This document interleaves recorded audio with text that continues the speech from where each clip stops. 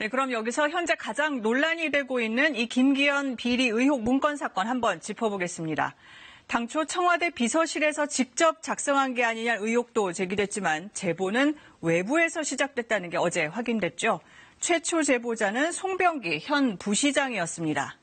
이 제보 뒤 몇 달 지나 당시 김 전 시장 상대 후보 송철호 현 시장의 선거 캠프에 참여했습니다.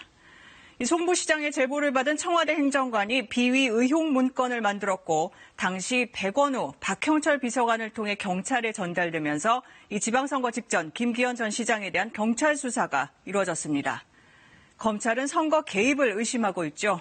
오늘 지금 이 시각 제보를 받아서 비위 의혹 문건을 만들었다는 당시 청와대 행정관이 검찰 조사를 받고 있습니다. 검찰청 나가 있는 취재기자 연결해서 자세히 알아보겠습니다. 김수영 기자.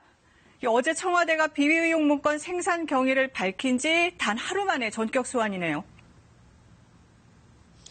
네, 그렇습니다. 김기현 전 시장 비위 의혹 문건의 생산자로 알려진 문모 청와대 전 행정관은 오늘 오전 11시를 전후해 이곳 서울중앙지검에 출석했습니다. 비공개로 청사 안에 들어갔는데요. 문 전 행정관에 대한 조사는 아직까지 진행되고 있는 것으로 전해졌습니다. 핵심은 역시 문건의 생산 경위인데요. 앞서 청와대가 2017년 말 SNS를 통해 제보받아 이를 요약 편집했을 뿐이라고 밝힌 만큼 검찰은 정확한 시점과 가공 여부 등 구체적인 사실관계를 문 전 행정관에게 캐묻는 것으로 보입니다. 특히 이 과정에서 문 전 행정관이 최초 제보 내용 외에 다른 내용을 덧붙였는지 여부도 확인할 것으로 보입니다. 네, 문 전 행정관을 통해서 문건이 생산된 그 과정을 검찰이 어느 정도 파악할 것 같은데 앞으로 그럼 수사는 어떻게 진행될까요?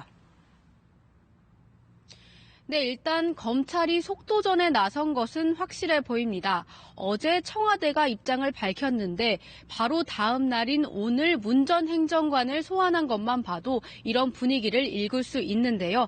그런 만큼 비위 의혹 문건의 생산과 전달 과정에 관여한 주요 인사들도 조만간 줄줄이 검찰청사에 들어설 것으로 보입니다. 문건 내용의 최초 제보자로 알려진 송병기 울산 부시장과 박형철 반부패 비서관에게 첩보를 건넨 백원우 전 민정비서관이 검찰 조사를 앞두고 있고 송철호 울산시장도 조사 대상이 될 수 있다는 전망이 나옵니다. 결국 비위 의혹 문건이 단순한 전달이냐 아니면 애초부터 지난해 6월 울산시장 선거에 영향을 끼칠 목적으로 생성돼 경찰을 움직였느냐를 가리는 것이 선거의 관건이 되고 있습니다.